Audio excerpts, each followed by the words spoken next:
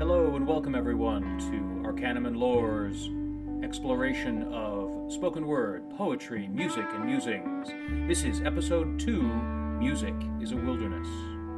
We're featuring creative works on this episode by Ali Cousins, Robert Frost, Tom Woodruff, Daryl Scott, covered by Michael Reese, Rod Carlos Rodriguez, John Lennon, spoken word performed by Jeff Pettigrew, Bridget Cooley, D.H. Lawrence, Chris Billings, Hollis Walters, Rick Yoder, Walt Whitman, Callahan, Dylan Thomas, Ed Gonzalez, T.S. Eliot, Jeff Pettigrew, Charles Darnell, and Mike Reese.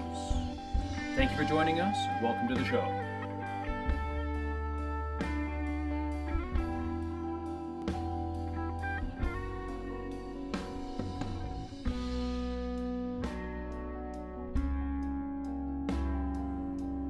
I'd like to take a moment to acknowledge some incredible things that happened this month. Texas experienced unprecedented weather and power blackouts, and our thoughts go out to our contributors and listeners living through that chaos. Also, NASA landed a new rover on Mars and hid a secret message in the parachute. And of course, coronavirus hit new milestones. Several of our creative works on this episode grab hold of the zeitgeist and address these and other issues head on. It is exciting to see poetry and spoken word once again with such a high exposure, and would like to thank Amanda Gorman for bringing poetry to the inauguration and the Super Bowl, and all the poets, musicians, and creative minds who continue to not only create, but also share their thoughts with an ever-evolving world. We need you now more than ever.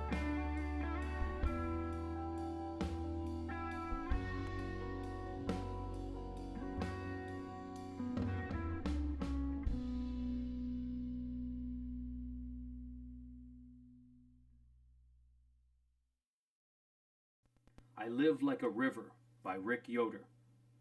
I live like a river, cutting my path in the earth grain by grain, slowly, calmly, often gently. Life's thunderstorms rolling insurge me. Over my banks I flow faster, faster as the sky opens. My path widening, the rain stops. I find myself calming. I flow once again as normal.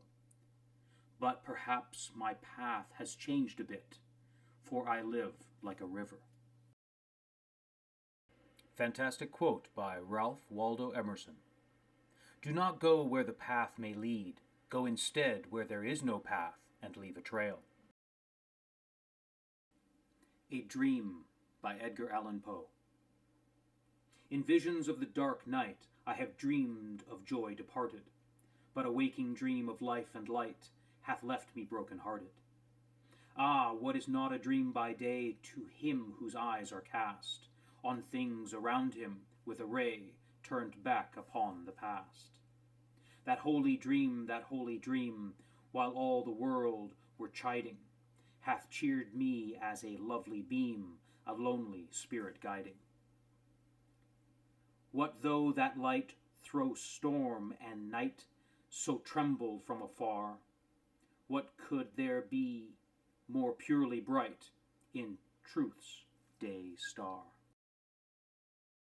I got a rice cooking in the microwave, got a 3-day beard I don't plan to shave, and it's a goofy thing, but I just gotta say, hey, I hope you're doing alright. Yeah, I think I'll make me some homemade soup. I'm feeling pretty good, and that's the truth. No, it's neither drink nor drug induced. No, I'm just doing alright. And it's a great day to be alive. Though the sun's still shining when I close my eyes. It's hard times in the neighborhood, but why can't every day be just this good?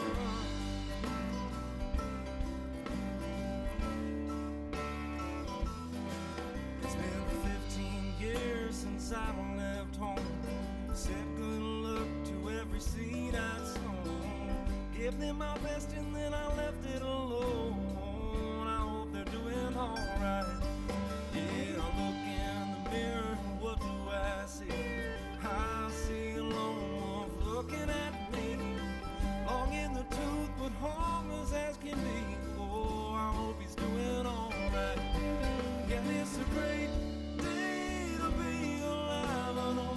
still shining when I close my eyes. It's a hard times in the neighborhood, but why can't every day be just this good? And sometimes it's lonely, and sometimes it's only me and the shadows that fill this room. And sometimes I'm holding, desperately calling, howling at the moon.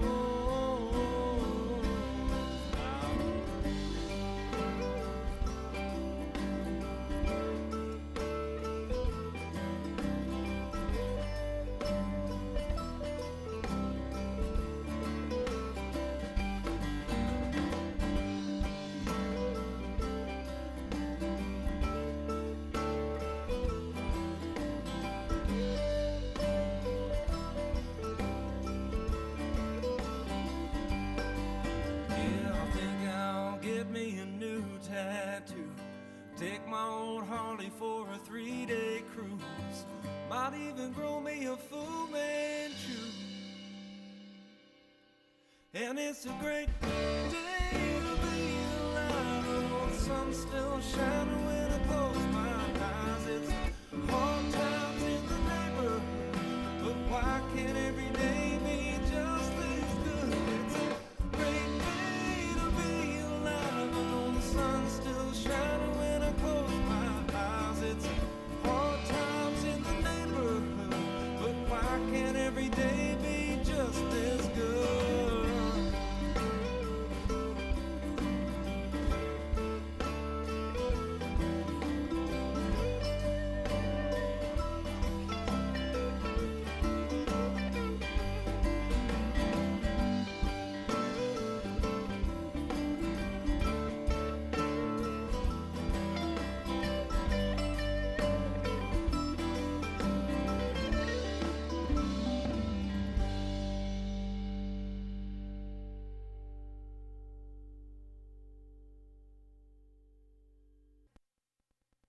Bone Bag and Acid Jazz. My name is Norman. I'm a PI, that's private investigator to you. 6 weeks ago, some dame walked into my office, a slow, sultry walk that told me this was a dangerous woman.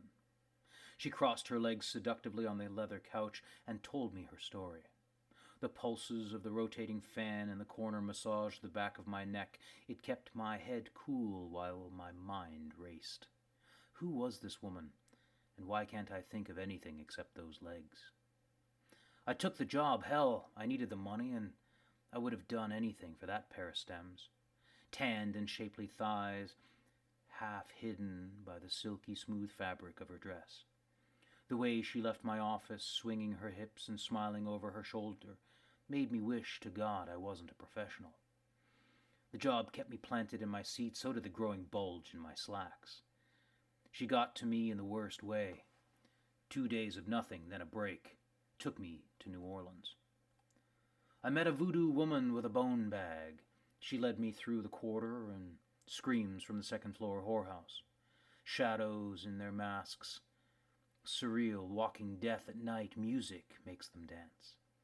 That old woman took me down the back staircase of the cabaret, an underground land of lizards and sticks. That acid jazz thumped against my conscious unconscious, the colors like rainbow notes of sound retch at my pulse. Is this what I came for? Bludgeoning art into art? Then I saw him. Phantom Stones, the man in back, cigar lit under rimmed hat. I walked up to him. The room swirled like liquid and rippled around my eyes. Why did that nice pair of legs want me to find this man? Why was it so important? Why so urgent? The questions whirlpooled through my ears, battling jazz beats for land rights. I stopped in front of him. The world ended there as I saw his face. My face. Acid jazz, voodoo woman dancing, shuffle, bag of bones, bone bag, and the woman with the intoxicating legs kissed me goodnight.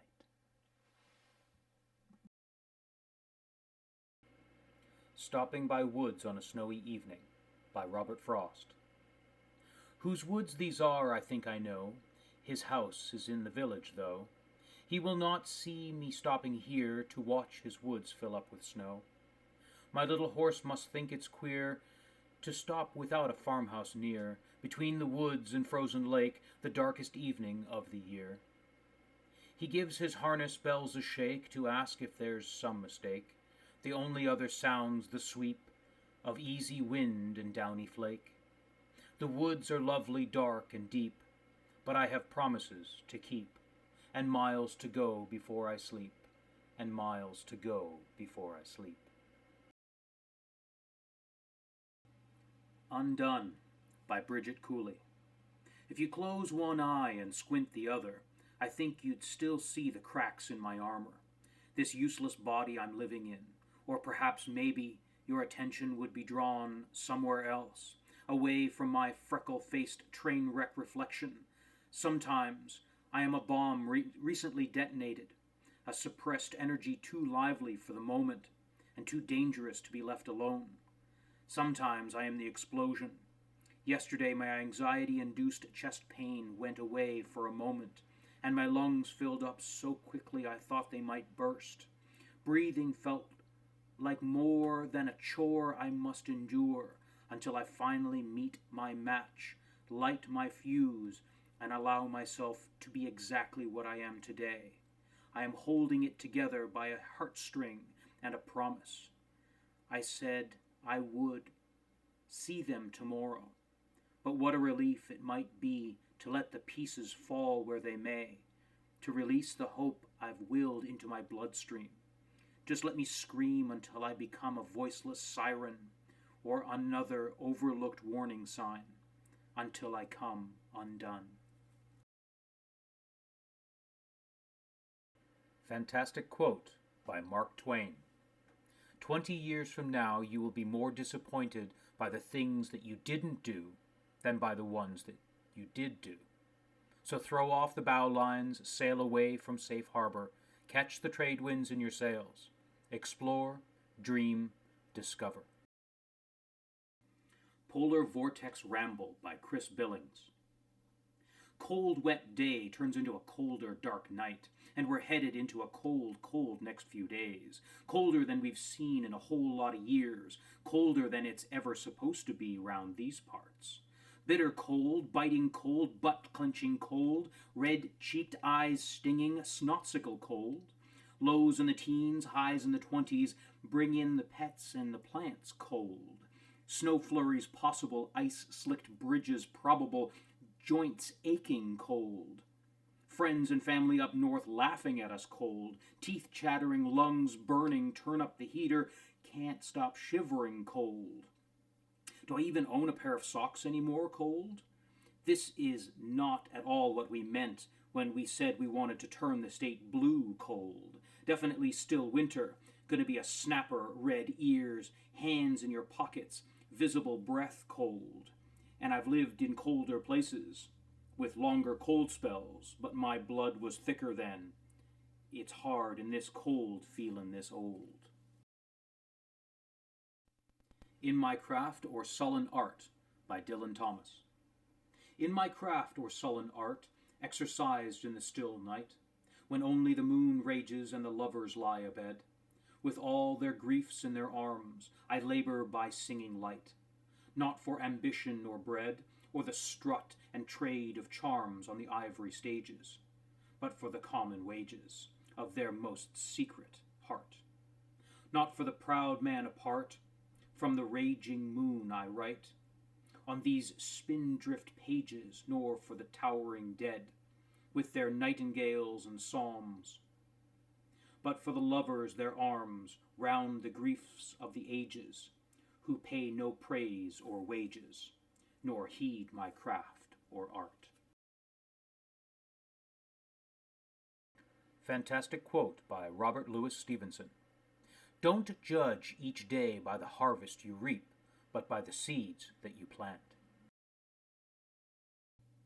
Harvest by Charles Darnell. A murder of crows feast on another kind. the dried gore a new dinner found in the field, while Cain replies, "Am I my brother's keeper?"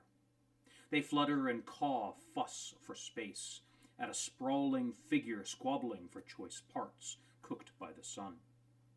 Eve wrings her hands for her missing boy, and Adam searches in all the wrong places. When they find him, they will not recognize his bones. Genesis 4:1-18. A Poet's Eyes by Rick Yoder. A poet's eyes deeply discerning. For the perfect word, a heart is yearning, mind-wrenching at times to put thoughts on the page. These are our poems, love, courage, honor, even rage. But what you do when the time comes, when the vision of the poet no longer hums. The once crisp words on the page now blurry, and thoughts race together in an all-fire hurry. The fear, the emotion, the mental commotion of the poet's once easily read words now broken. Will the pen in his hand once again grace the page with clarity and eloquence he knew during his age? Under the care of a highly skilled surgeon, this poet will soon go to uncloud the vision that has started to show. One eye first, the left or the right, both eyes must get new lenses to bring him clear sight. He is worried tremendously, as I am sure one can see. From the current loss of his vision, will his poetry no longer flow free? He's weathered many storms during his 5.5 decades of age. This one is just another of life's battles he'll wage. Poetry is not just about written words on the page. It's our hearts, our souls, our wonders we stage. Our sight is but one of the tools that we use to wax poetic from the words that we choose. Fantastic quote by Winston Churchill. Success is not final, failure is not fatal. It is the courage to continue that counts. Beacons by Edgar. 2 doses of the null virus coursing through, my veins bulking up, my immune system to stand face to face with the COVID, while wearing my mask 6 feet back or 6 feet under. Another feature of this pandemic changes my standing and DNA and my attitude in addition to the wrinkle creases on my forehead. My consolation is our literary family around the world that are speaking the truth and moving these ideas of the atrocities and the hopeful return to honesty and values to our planet. The few stand before the many to champion these correct priorities that are beacons of light, casting out the shadows cast by the negative conservative collective. Huzzah! Autumn Rain by D.H. Lawrence. The plain leaves fall black and wet on the lawn. The cloud sheaves in heaven's fields set, droop, and are drawn. In falling seeds of rain, the seed of heaven on my face, falling I hear again, like echoes even that softly pace. Heaven's muffled floor, the winds that tread out all the grain of tears, the store harvested in the sheaves of pain. Caught up aloft the sheaves of dead men that are slain, now winnowed soft on the floor of heaven, manna invisible. Of all the pain here to us given, finally divisible, falling as rain. Fantastic quote by Dr. Seuss. You have brains in your head, you have feet in your shoes, you can steer yourself in any direction you choose. And Death Shall Have No Dominion by Dylan Thomas. And death shall have no dominion. Dead men naked they shall be one, with the man in the wind and the west moon. When their bones are picked clean and the clean bones gone, they shall have stars at elbow and foot. Though they go mad, they shall be sane. Though they sink through the sea, they shall rise again. Though lovers be lost, love shall not, and death shall have no dominion. And death shall have no dominion. Under the windings of the sea, they lying long shall not die windily. Twisting on racks when sinews give way, strapped to a wheel, yet they shall not break. Faith in their hands shall snap in two, and the unicorn evils run them through.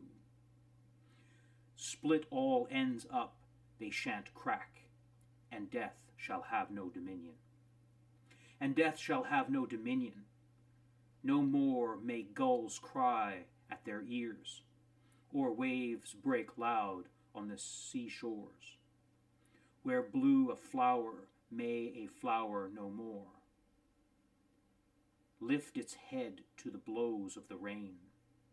Though they be mad and dead as nails, heads of the characters hammer through daisies, break in the sun till the sun breaks down, and death shall have no dominion. Fire and Ice by Robert Frost. Some say the world will end in fire, some say in ice. From what I've tasted of desire, I hold with those who favor fire. But if it had to perish twice, I think I know enough of hate to know that for destruction ice is also great and would suffice.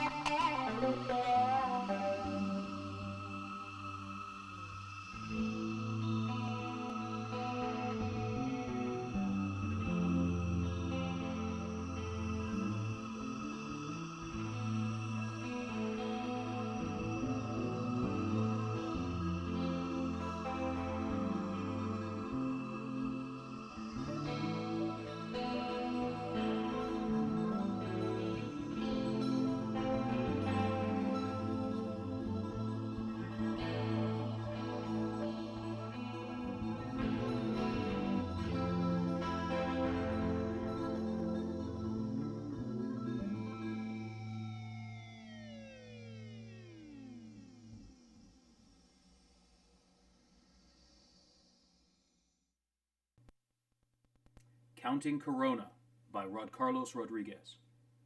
He's sitting up today. The machines make their usual beeps, breaths, groans. The cough is muted a bit. I can see a little more light behind his eyes and a weak smile, just for me. Lucy, his usual nurse wearing blue scrubs, is counting to herself again, behind the mask. She doesn't think I can hear her whispered cadences on my computer screen. Even after just 6 days since Jose was admitted, I find solace in Lucy's counting. Jose motions the nurse to bring the camera on the laptop closer to him. The stale sweat, the mucus sliding down the back of his throat, I imagine smells horrible to Lucy. I clutch the corners of my computer screen, feel its sharp edges dig into my flesh. Today I will not cry. He must see strength from me. Helena, I feel a bit better. His voice grates against the plastic walls around his bed as he looks at me through the camera. Just this small effort tires him out. You're such a trooper, Jose, I respond. No tremble that I can hear in my voice. Lucy keeps counting. The doctor calls at 2 a.m. Jose is on pure oxygen now. I wipe the sleep out of my eyes. Guilt craters the lining of my stomach for drifting off. I look at the computer screen, hear his coughs, hardly a pause between breaths. I'm here, Jose, I'm here. He barely turns his head. This starts another coughing fit. Lucy is not in the room. The machines are counting for her with beeps, breaths, and groans. Jose settles down, finally, and my tears, finally. The computer screen grows cloudy as my cheeks are gouged with wet streaks, eyes staring, waiting, with the machines. The moment Jose is placed on the ventilator is when I start feeling a tickle in the back of my throat. At least he's not coughing anymore. Lucy is back with her counting, wearing peach-colored scrubs this time. The machines breathe, beep, and groan for him. I find myself breathing with their rhythm, through the computer's speakers. I manage a weak "I love you, Jose." Lucy says he can't hear me. I don't believe her. I thought I saw his leg move. I count the Tylenol in my hand. The doctor emails me the just-in-case paperwork. He says I need to sign it and email it back as soon as possible. I wish Lucy would stop counting. Rod Carlos Rodriguez is a poet, author, and founder of the Sun Poets Society based in San Antonio, Texas. He is the author of Native Instincts, Lucid Affairs, and Exploits of a Sun Poet. Whispers of Immortality by T.S. Eliot. Webster was much possessed by death, and saw the skull beneath the skin, and breastless creatures underground leaned backward with a lipless grin. Daffodil bulbs instead of balls stared from the sockets of the eyes. He knew that thought clings round dead limbs, tightening its lusts and luxuries. Dawn, I suppose, was such another, who found no substitute for sense, to seize and clutch and penetrate, expert beyond experience. He knew the anguish of the marrow, the ag of the skeleton, no contact possible to flesh, allayed the fever of the bone. Grishkin is nice, her Russian eye is underlined for emphasis. Uncorseted, her friendly bust gives promise of pneumatic bliss. The couched Brazilian jaguar compels the scampering marmoset. With subtle effluence of cat, Grishkin has a maisonette.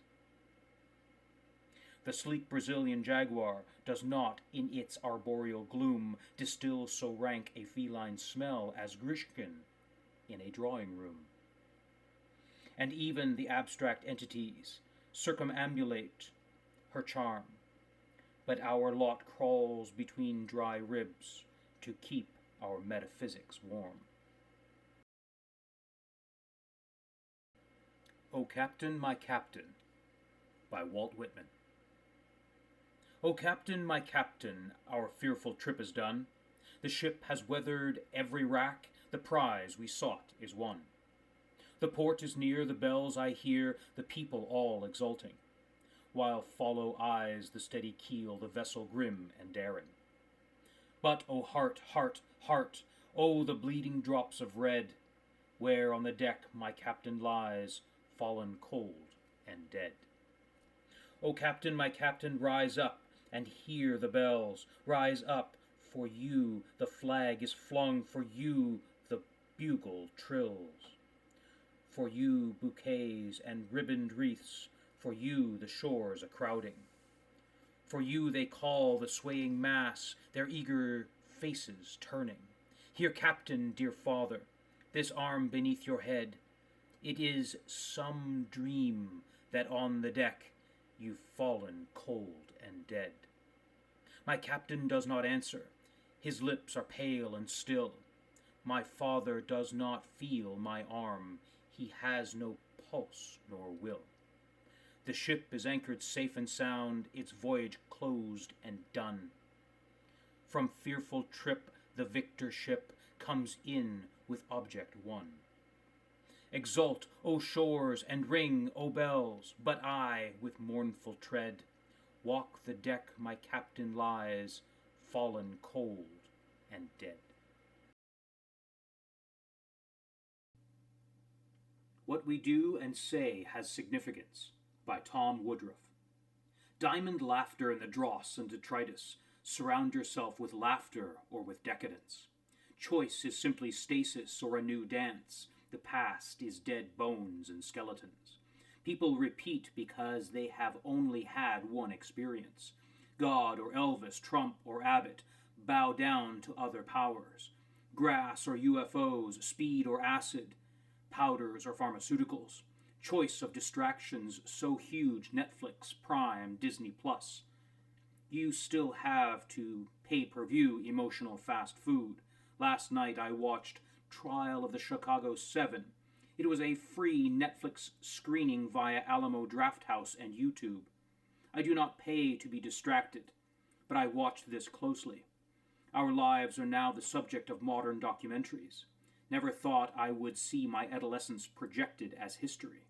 I read Norman Mailer, walked in moratoria, was for peace, not Vietnam wars.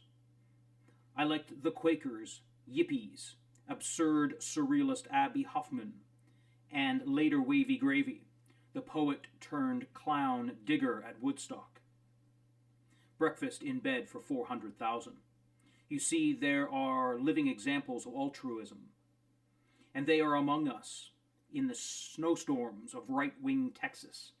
The same Texas that killed Kennedy also gave us butthole surfers and Willie Nelson. For the cesspools of Dallas and Houston, we have the village of Little Austin, and sometimes sparks from wandering Wimberley and sweet Salado. Dig in the dirt long enough, you will find treasure. As the 60s said, stay cool, chill out, dig it. The rest is her story. Rolling Brownout Blues by Chris Billings. 2 a.m. throughout the day, powers 4 to 5 minutes up, 45 minutes down, repeat. Dress in layers against the cold, read some O'Hara, read a little Plath. A few hands of gin, almost beat her at Scrabble, would have been a first. Wrap in a warm blanket against the freezing outside, creeping inside. Into evening, power up versus power out. Now erratic, power out still winning. They say this could last through tomorrow. Sun's down, house is dark, house is cold, whiskey's callin'. Good night. Up next, we have an OPP submitted by Ed Gonzalez. This is called Remember by Hollis Walters. Remember back when you were a little child. Remember when you always ran free and wild. Remember then you never had a care at all, even from the time you had learned to crawl. What happened to those carefree days of yore? Why can't we visit that time just once more? Back to those innocent days of our life when there was no trouble and strife. Life goes on no matter what we say and do. Remembering is the only thing that we can do. Store up those memories for some future day when thinking about all work and no play. Blot out all the times that were so bad. Forget those things that made you sad. Remember the good times that were there. Then I remember to remember if you dare.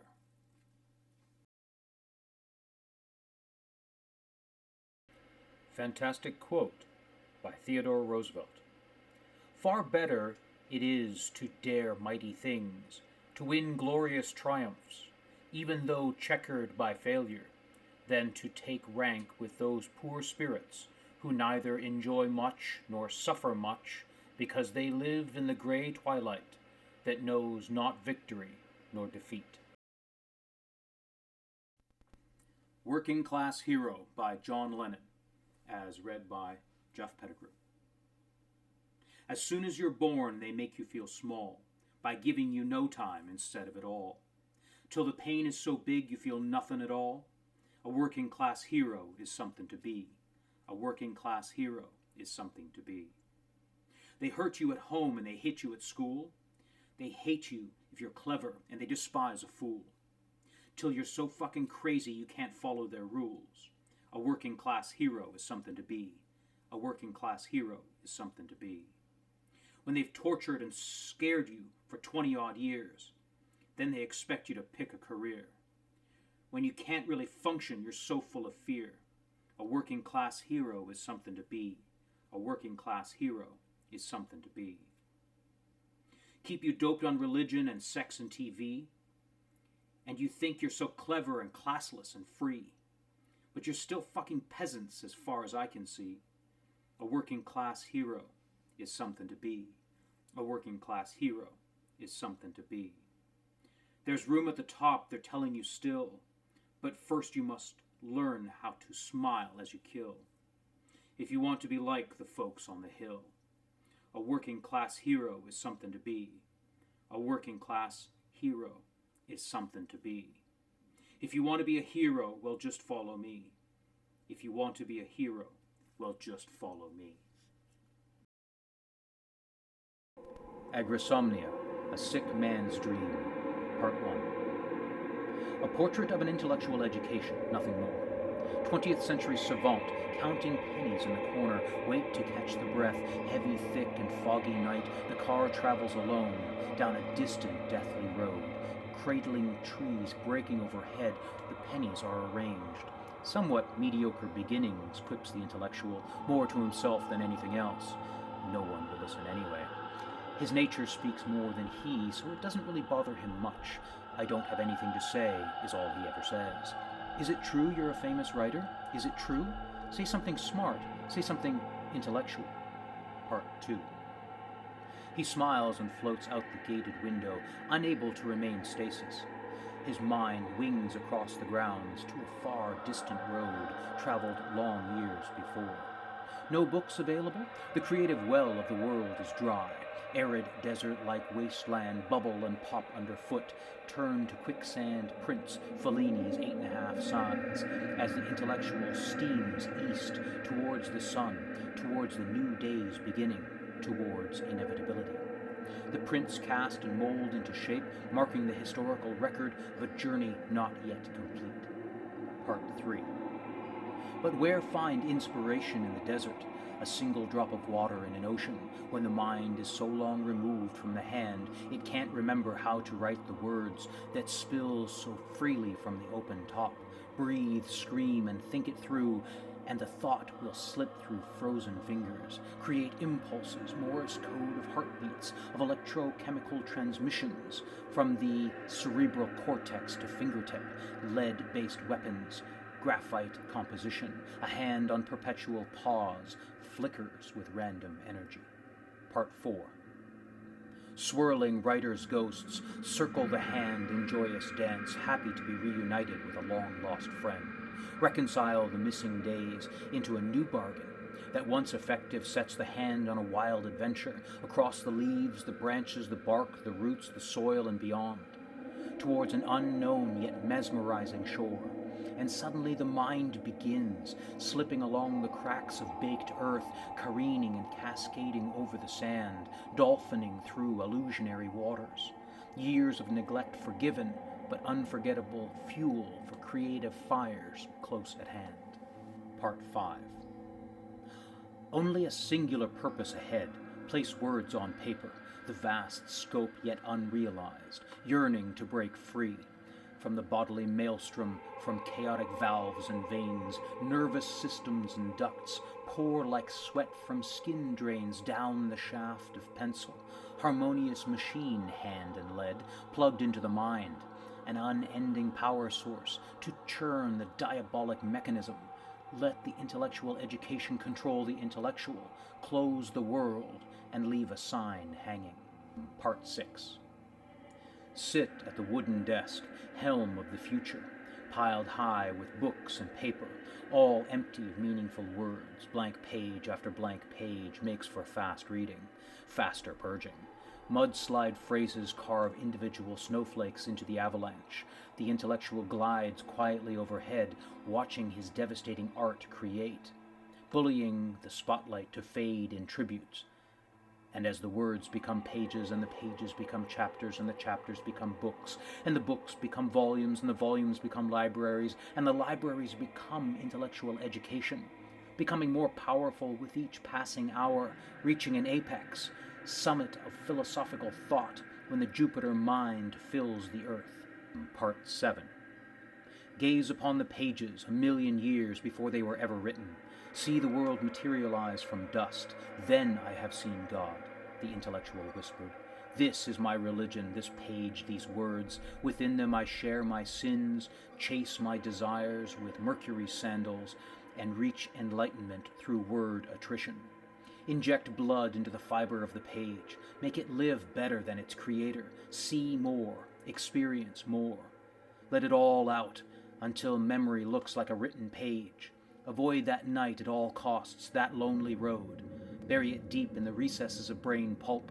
You will never reach God if you hide things from him.